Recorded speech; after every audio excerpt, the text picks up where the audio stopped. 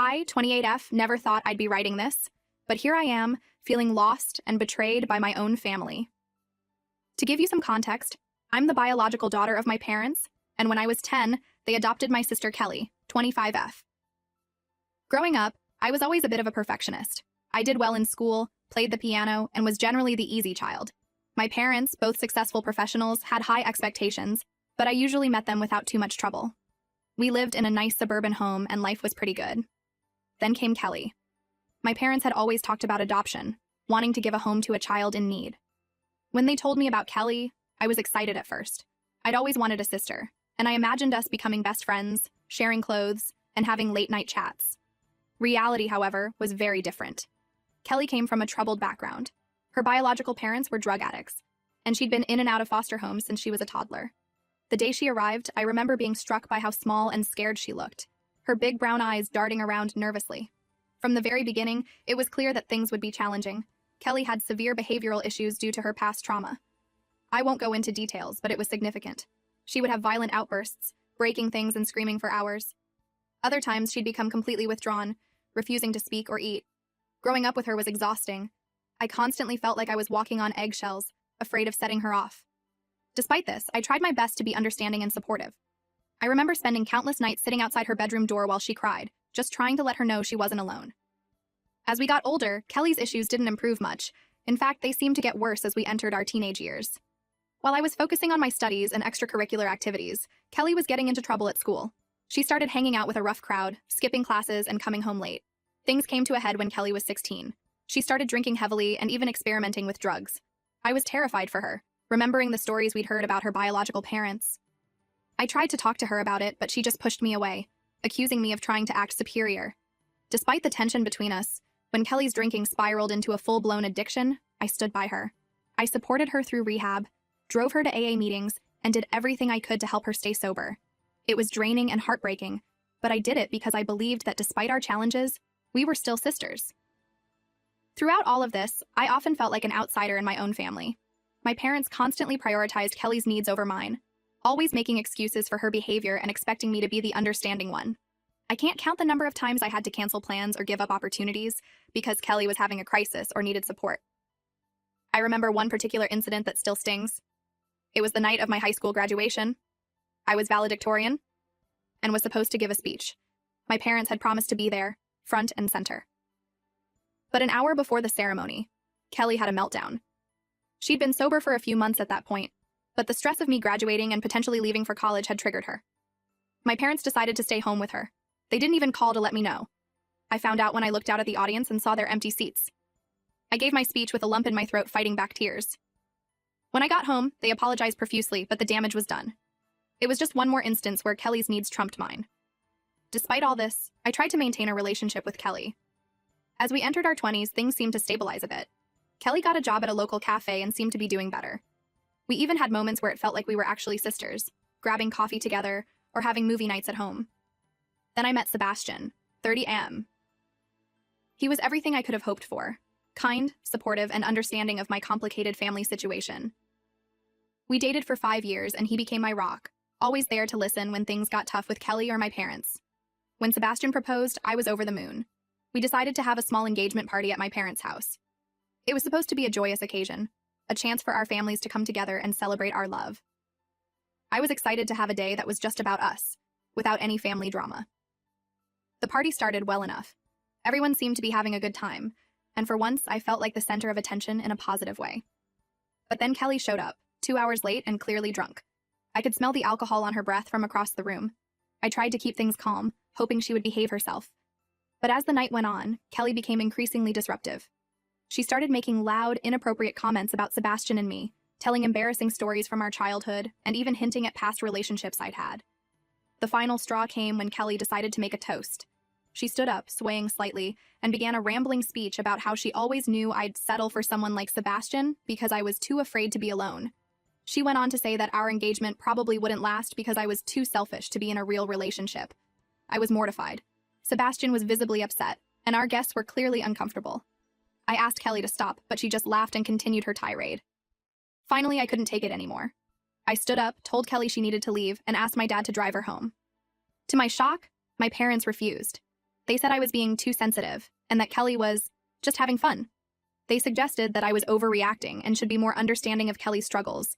It was like I was 16 again, watching them prioritize Kelly's feelings over my big moment. I couldn't believe what I was hearing. This was supposed to be my special day, and once again Kelly was ruining it while my parents enabled her behavior. In that moment, something inside me snapped. I told my parents that if they wouldn't ask Kelly to leave, then Sebastian and I would go. We left our own engagement party with my parents calling after us, telling me I was being dramatic. Most of our guests followed suit, clearly uncomfortable with the situation. Sebastian and I spent the rest of the night in stunned silence, trying to process what had happened. Since then, my parents have been calling and texting nonstop, telling me I need to apologize to Kelly for embarrassing her at the party. They say I should be more understanding of her struggles with addiction and that family should always come first. But where was this family-first attitude when I needed them at my graduation? Or any of the other countless times I was pushed aside for Kelly? I'm done. I'm tired of always being the one who has to understand, who has to forgive, who has to sacrifice. I've spent my entire life catering to Kelly's needs and issues, and I can't do it anymore. I feel like I've lost so much of myself trying to be the perfect daughter and sister, and I'm not willing to lose anything else. I've decided to uninvite my parents and Kelly from the wedding. Sebastian supports my decision, but some of my extended family members think I'm being too harsh. They say I'll regret cutting off my family over one bad night. But it wasn't just one bad night, it was the last straw in a lifetime of being second best, of having my feelings and needs ignored in favor of Kelly's.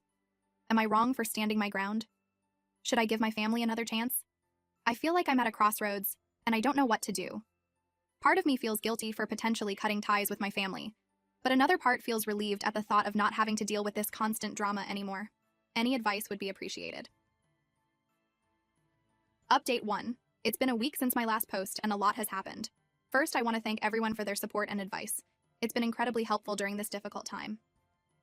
After reading your comments, I realized I needed to have a serious conversation with my parents. I called them and asked if we could meet in person to talk things through. They agreed, and we met at a neutral location, a quiet cafe near their house. As I sat across from them, I couldn't help but remember all the family dinners we'd had over the years. The good times when we'd laugh and share stories, but also the tense moments when Kelly's issues would overshadow everything else. It was strange to think how much had changed. I started by explaining how hurt I was by what happened at the engagement party, and how their reaction made me feel. I told them about all the times I felt overlooked or dismissed in favor of Kelly's needs. I brought up specific incidents, the missed graduation, birthdays that were overshadowed by Kelly's crises, the constant expectation that I would be the one to make sacrifices. To my surprise, they actually listened without interrupting. I could see the pain in their eyes as I spoke, and for a moment, I felt a pang of guilt. But I reminded myself that this conversation was long overdue. When I finished, my mom broke down in tears. She admitted that they had been so focused on helping Kelly overcome her issues that they had taken me for granted.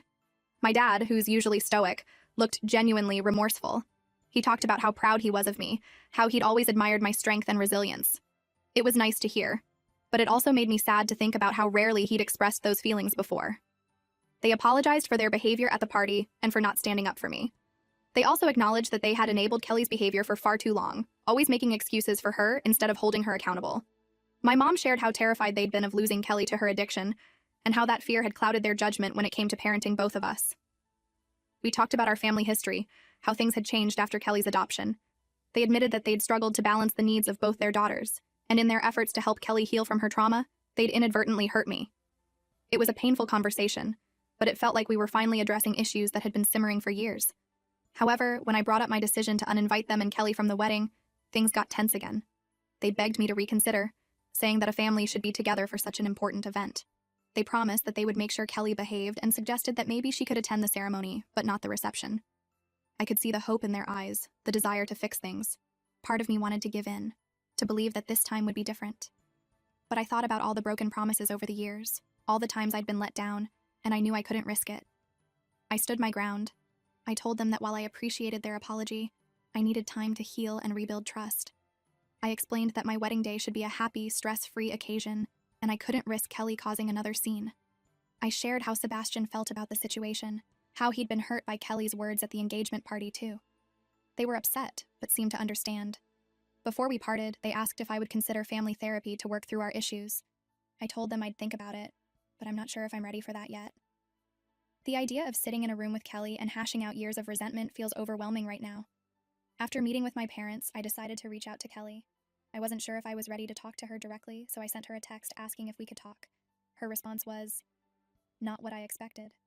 Kelly replied with a long message, alternating between apologizing profusely and lashing out at me. She said she was sorry for ruining the party, but also accused me of always trying to show her up and make her look bad. She claimed that I had always been the perfect daughter, and that she felt like she could never measure up. Reading her words, I felt a mix of anger and sadness. I thought about all the times I'd tried to help her, all the nights I'd spent worrying about her when she was in the depths of her addiction. How could she see that as me trying to show her up? But then I thought about it from her perspective. How must it have felt to come into a family where there was already a child who seemed to have it all together? How hard must it have been to constantly feel like she was falling short? I replied, telling her that I never meant to make her feel that way, and that I had always tried to support her. I also made it clear that while I understood she was struggling, her behavior at the engagement party was unacceptable. I told her about my decision regarding the wedding, explaining that I needed to prioritize my own happiness and mental health. Kelly didn't respond after that. I'm not sure where we stand now, but I feel like at least some things are out in the open. Maybe this silence is what we both need right now. As for the wedding, Sebastian and I have decided to stick to our decision. My parents and Kelly won't be invited. It's a hard choice, but I feel it's necessary for my peace of mind. We've started planning a smaller, more intimate wedding. It's not what I had originally envisioned, but Sebastian has been incredibly supportive. He keeps reminding me that the day is about us and our love, not about family drama. We've been looking at venues for a destination wedding. The idea of getting married on a beautiful beach, far away from all this stress, is becoming more and more appealing.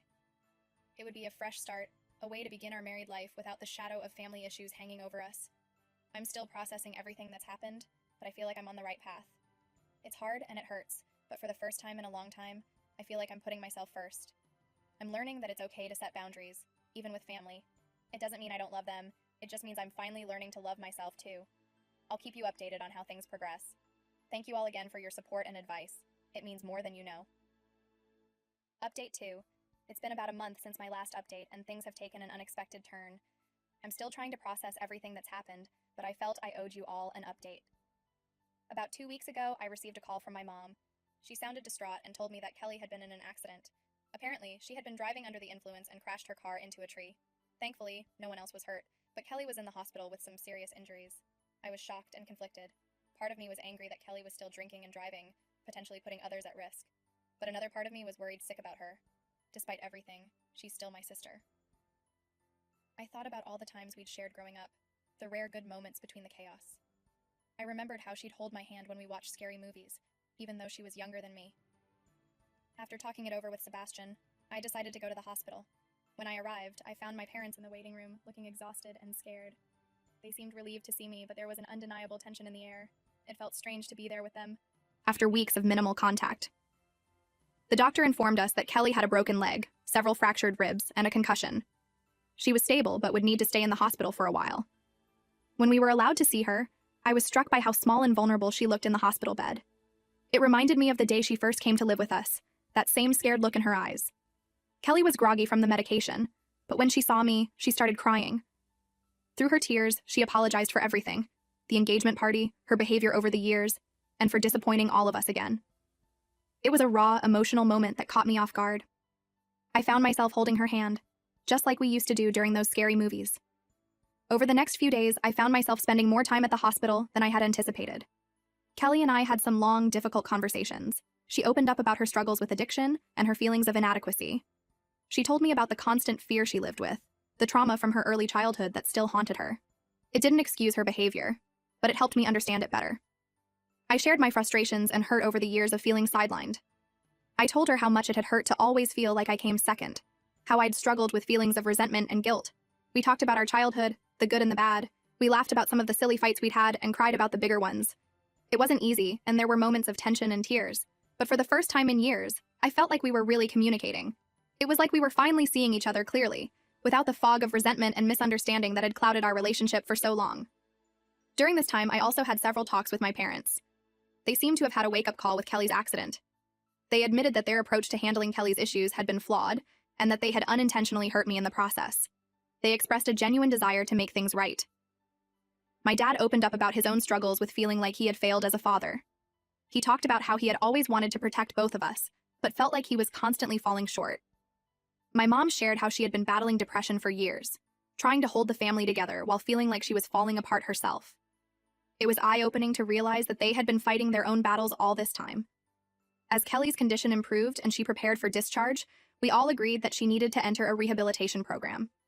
My parents found a good facility, and Kelly agreed to go. It was a big step, and I felt cautiously optimistic. Seeing Kelly take responsibility for her actions and actively choose to get help was something new, and it gave me a glimmer of hope. Now here's where things get complicated. My parents asked if I would reconsider my decision about the wedding.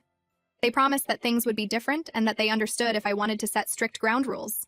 They suggested that maybe Kelly could attend the ceremony, but not the a sober companion to be with her throughout the event. I'm torn. On one hand, I've seen real effort and change from both Kelly and my parents. The conversations we've had over the past few weeks have been more honest and open than any we've had in years. There's a part of me that wants to believe this could be a turning point. I'm worried about opening myself up to more hurt and disappointment. I think about all the times in the past when things seemed to be getting better, only for Kelly to relapse. The idea of having to worry about Kelly's behavior on my wedding day. Sebastian has been incredibly supportive through all of this. He's been my rock, listening to me process all these complicated emotions. He says he'll stand by whatever decision I make, but he's cautioned me to be careful and to prioritize my own well-being. He reminded me that it's okay to take things slow, that rebuilding trust takes time. Final decision, yet a part of me wants to believe that this could be a new beginning for our family. Scared of being let down again. I keep thinking about the little girl I was, always hoping things would get better, always being disappointed, but then I think about Kelly and that to want to change, and I wonder if I'd be making a mistake by not giving her this chance. I'd love to hear your thoughts. Am I naive for even considering letting them come to the wedding? Or am I being too harsh if I don't give them this chance? This whole situation has been such an emotional roller coaster. It's been 2 months since my last update, and I wanted to share the final outcome of this situation. A lot has happened, and I've had to make some tough decisions after much deliberation, and I decided to give my family another chance. I agreed to invite, but very strict conditions. Kelly had to complete her rehabilitation program and maintain sobriety. My parents had to attend family therapy sessions with me, and we all agreed to have open on. For a while, things seemed to be improving. Kelly completed her rehab program and was attending her regular AA meetings. She even got a sponsor and seen recovery. My parents and I had some productive therapy session where we addressed the years of built-up resentment and misunderstandings. Like we were making progress. I started to feel awful. We had family dinners where we could actually talk. Kelly and I even went shopping for my wedding dress together, which was a surreal but nice experience. It felt like maybe, just maybe, we could have the kind of family relationship I'd always hoped for. However, about 3 weeks before the wedding, everything fell apart. I received a call. Kelly had relapsed. She had gotten drunk and had a fight with our parents during which she said some incredibly hurtful things about me and Sebastian. Apparently, Kelly had been struggling with the idea of me getting married. She felt like she was being left behind. That once I had Sebastian, I wouldn't need her anymore. In her drunken state, she accused me of always trying to one-up her, of getting married just to prove I was better than her. She said terrible things about Sebastian, calling him boring and saying I was settling. My heart sank. Despite all the progress we thought we had made, we were back at square one. I realized then that I had been holding on to a hope that wasn't realistic. I had wanted so badly to believe that everything could be fixed, that we could be a happy family for my wedding. But the reality was different. After talking it over with Sebastian, I made the difficult decision to uninvite Kelly from the wedding. I called my parents to inform them, and to my shock, they defended Kelly. They said I was being cruel and unforgiving, that families should stick together no matter what. They argued that Kelly was sick and needed our support, not our judgment. It was like all of our therapy sessions had never happened. In that moment, I knew what I had to do. With a heavy heart, I uninvited my parents as well. I told them that I loved them, but I couldn't keep sacrificing my happiness and mental well-being for a family dynamic that wasn't healthy. I explained that I needed to prioritize my relationship with Sebastian and our future together. The wedding went ahead as planned, but with a much smaller guest list. It was a beautiful, intimate ceremony with just our closest friends and Sebastian's family. Despite the sadness I felt about my family's absence, it was a joyful day, filled with love and laughter. Sebastian and I exchanged our vows on a beautiful beach at sunset, just as we had dreamed. In the week since the wedding, I've had minimal contact with my family. My parents have reached out a few times, alternating between guilt-tripping me and demanding apologies. Kelly sent me a long, rambling text that was part apology, part accusation. I've decided to maintain low contact for now, focusing on my new life with Sebastian. We've just returned from our honeymoon, and as I sit here in our new home, I feel a mix of emotions. There's sadness for the family relationships I've lost, but also a sense of peace. For the first time in my life, I feel like I'm not responsible for managing everyone else's emotions and problems. It's been a difficult journey, and there are times when I second-guess my decisions. But ultimately, I know I did what was best for me and for my marriage. I've learned that sometimes, the healthiest thing you can do is to set boundaries, even if it means distancing yourself from family. I want to thank everyone who has followed this story and offered advice along the way. Your support has meant more than you know. While this isn't the happy ending I once hoped for, I'm at peace with my decisions and looking forward to building a healthy, happy life with Sebastian. Who knows what the future holds, but for now, I'm focused on this new chapter of my life.